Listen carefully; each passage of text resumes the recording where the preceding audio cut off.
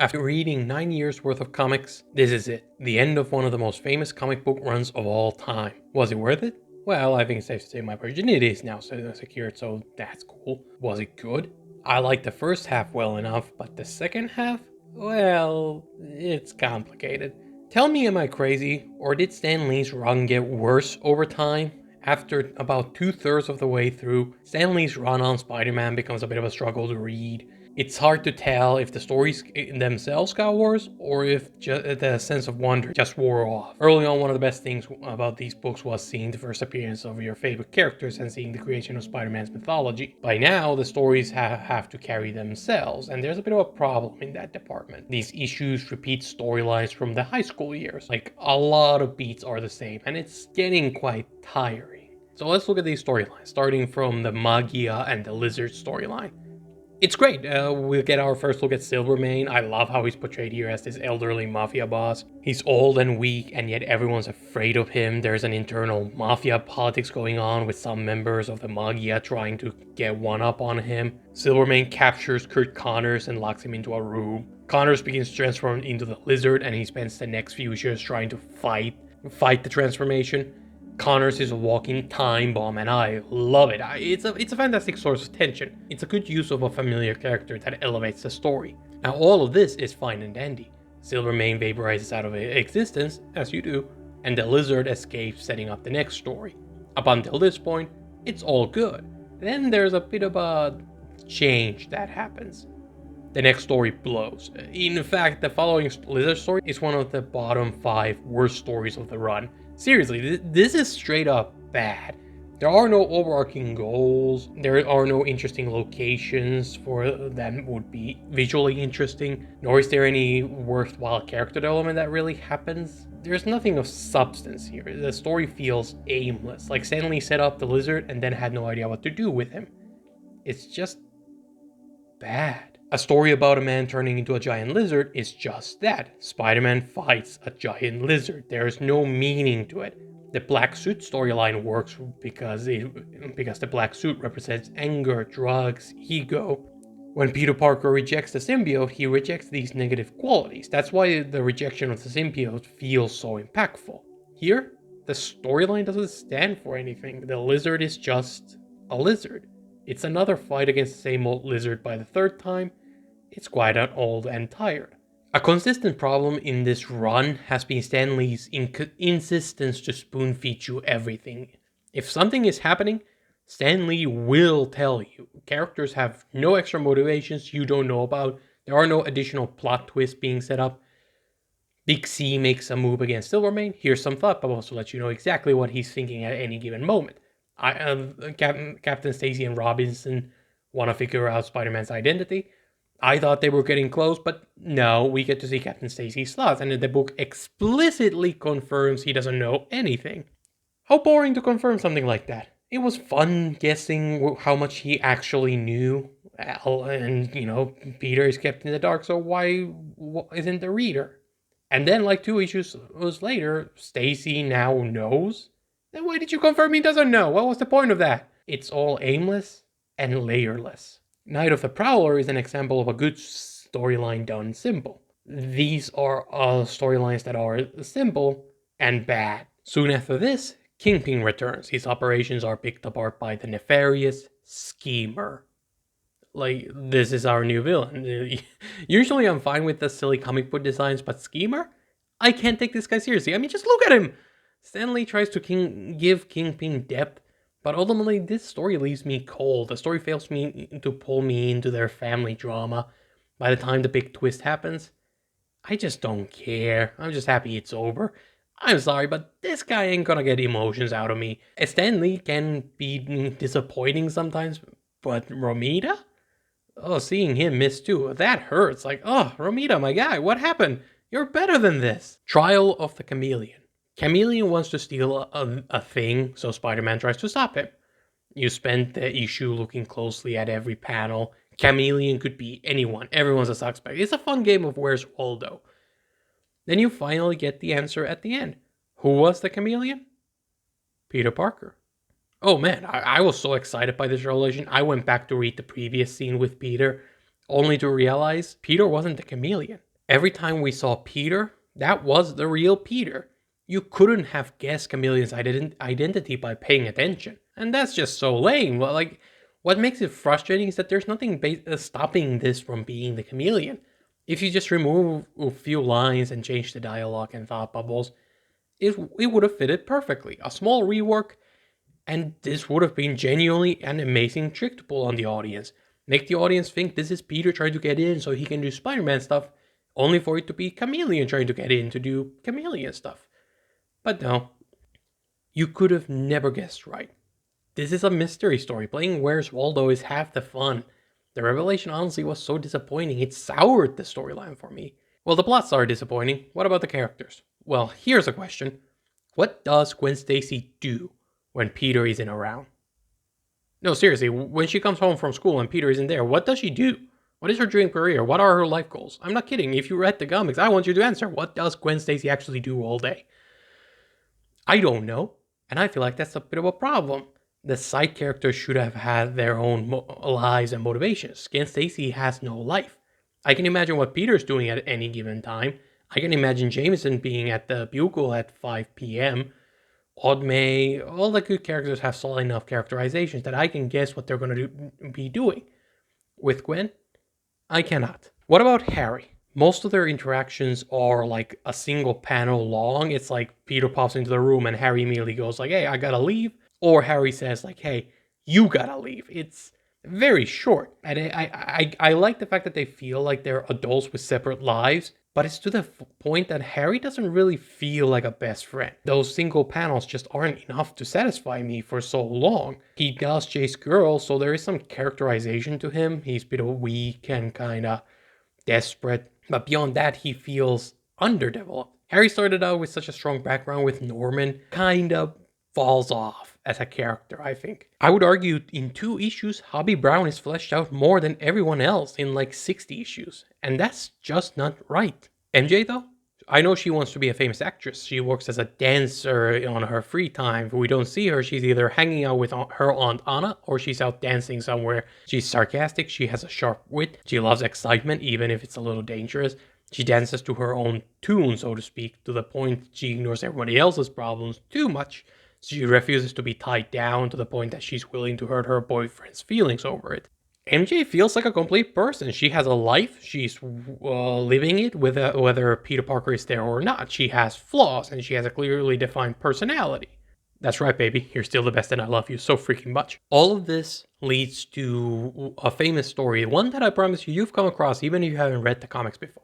The death of Captain Stacy.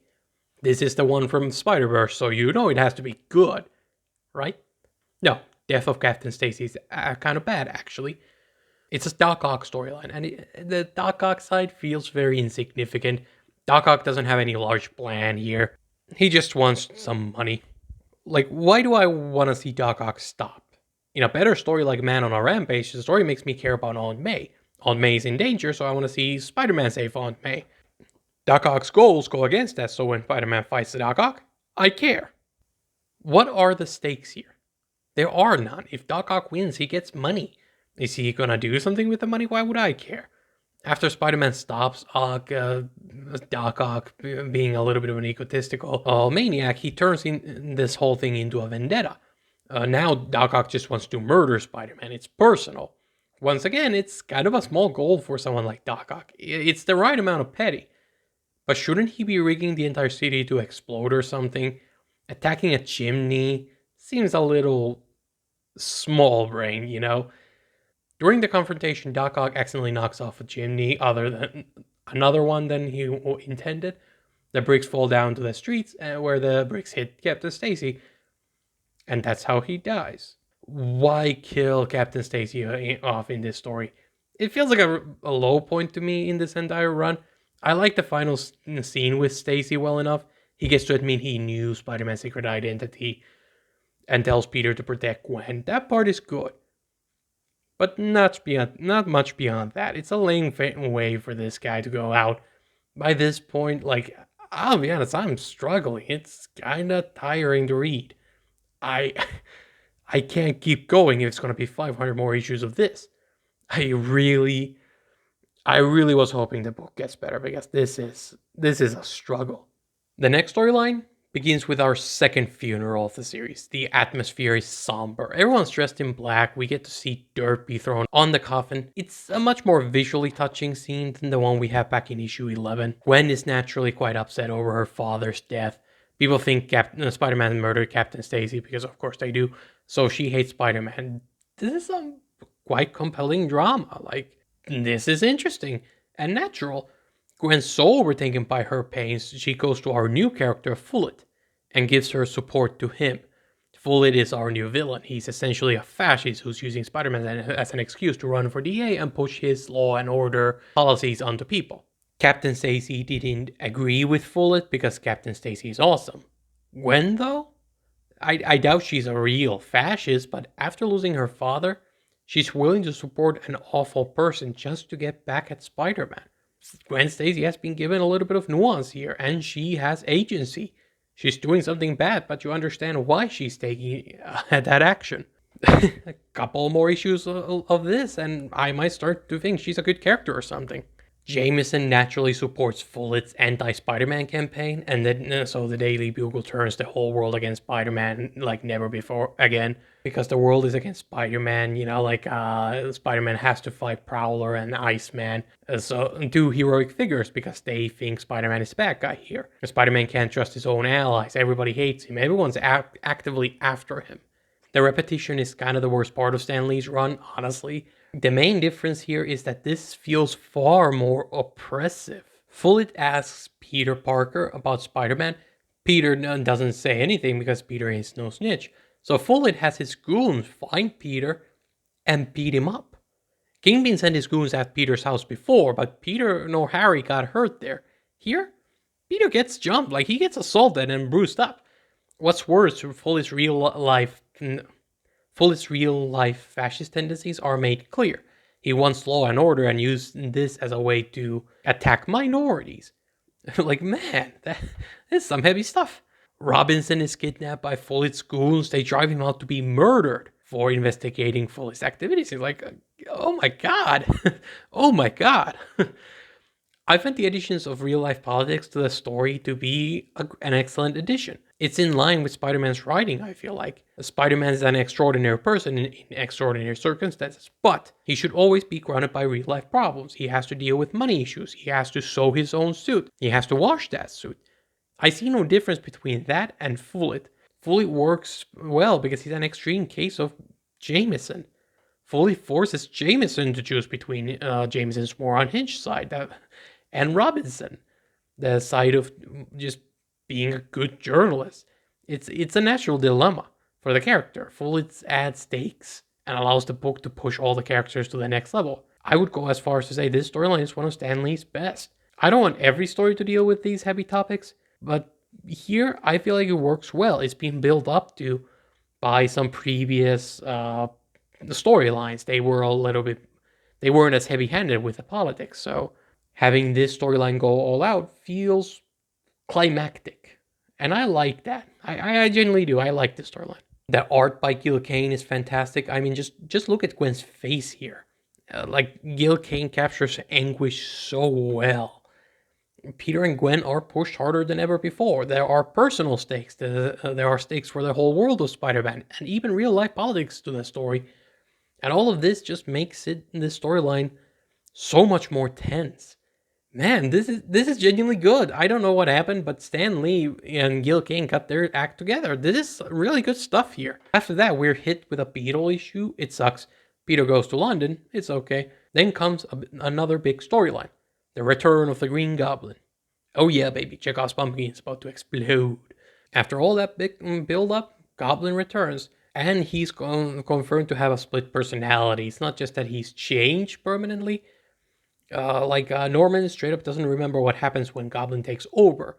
It's more than just a random memory loss. Like, there's the Green Goblin personality exists inside his head and takes over. And this explains why in the previous video I talked about Norman being in the Goblin costume being weird.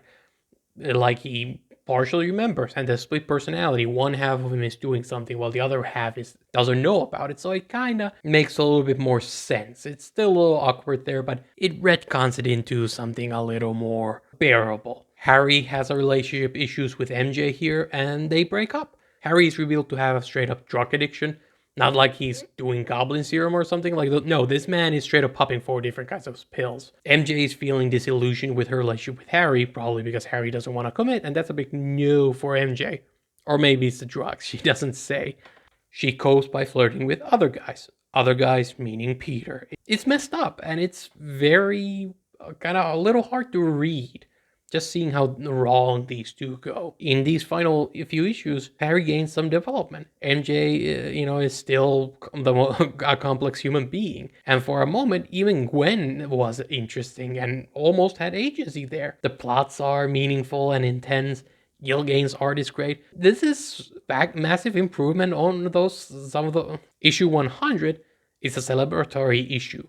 Peter drinks an antidote to cure his spider powers, which triggers hallucinations, and basically the entire issue is an extended dream sequence where Peter's forced to confront his insecurities and doubts. He fights his inner demons and that take form of his former villains.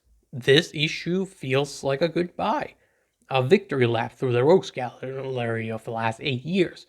Stan Lee defeats the greatest Spider-Man villains one final time, and Peter his kind of lessons are put into words here. It's a wonderful send-off. It really is a fitting place to end. Google says this is where it ends. This is how Stan Lee goes out. I don't think I was getting tired of these old stories. I think Stan Lee just had a couple of bad years there. I don't know what happened, but I think the final batch of stories make up for that little lull there. By this point, the book really is desperate for a new creative team hopefully will inject some life into the book. So it's time for Stan Lee to step down and let new writers take charge. The next 2 stories are written by Roy Thomas. The first story is the first story to ever war. That's right, 101 is the first introduction of Morbius. But Stan Lee's run is done. Why does the video keep going? Hush now and listen. The little serum Peter drank in the last few issues made him grow extra arms, so he goes on an adventure to cure his failed cure. This leads him to fight Morbius and the Lizard. Morbius became a vampire in a lab accident, and Connors became the Lizard in a lab accident. There's a story of 3 scientists who tried to alter their physical flaws and became monsters of it. This is what I was talking about. The villains serve a purpose here. These 2 characters give a mirror for Peter to reflect. He needs to accept his spider powers and the struggles that come with it. Otherwise, bad things will happen. None of us can outrun our inner monsters. That's the layers I was talking about. It's great. But wait, there's more. Morbius is our introduction to horror in Spider-Man. He's the first villain to be framed in a horror comic kind of way. The panels are dark. The story is set during the night. Morbius murders people straight up on the page. There's this guy and Morbius jumps at him and all you see is a little scream. This is something different and oh my god, it feels really exciting to read. It's fresh. Second story, Spider-Man journeys to the land of the dinosaurs to fight an alien King Kong. No, I'm not joking. Spider-Man murders the alien King Kong, straight up consciously drowns the King Kong in quicksand, and then even acknowledges the creature's consciousness. Man, Spider-Man, that's pretty hardcore. Even better, the thing was essentially a baby. This whole storyline is kind of messed up. But hey, here's Gwen Stacy in a bikini, so I guess that makes it okay, right? Don't worry about the murder, just look at her. After the 4th Thomas issues, Stan Lee returns for one last batch of issues. That's right, you do not fall for Google's lies. Stan Lee's run didn't end yet, even though it's way past its expiration date. We got 6 more issues left in this baby. Stan Lee is like that one friend who doesn't know when the party is over, and he just won't leave. Stan, I love you, but leave. Let's go. One more time. Stan Lee ends his run with 3 stories spanning 6 issues. The return of Smite and the Spider Slayers, Flash's Vietnam flashback issues, and no, that's not a joke, this thing gets real, and a story about a new villain, Gibbon. Stan Lee leaves in middle of the Gibbon storyline. He never finishes it. One thing I have to hand to Stan Lee is that most of the time when the storylines repeat, they are written bigger and often better than the ones that came before. Spider-Man No More is a repetition of Spidey Strikes Back, but it's also the better version. It's a better version of the tablet art. The Spider Slayers are played out, but by this latest one, I think it's by far the best version of this storyline.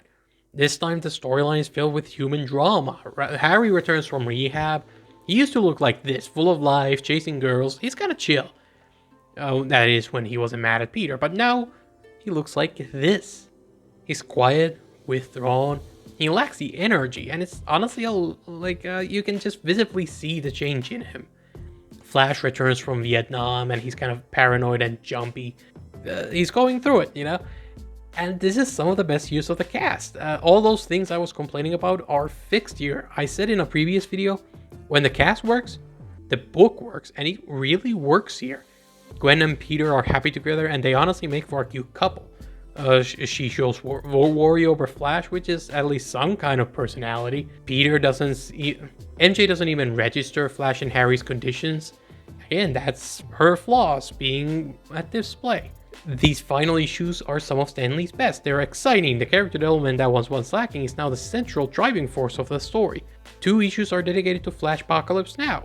The final story given is mostly about Peter's growing frustrations about being Spider-Man again. The college cast, Gwen, MJ, Flash, and Harry, are by far the most famous cast in Spider-Man.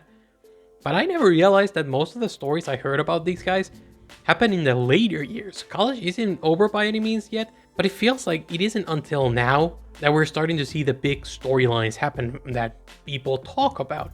Harry's drug addiction, Gwen's personality, non-flashbacks, all are late additions by Stan Lee.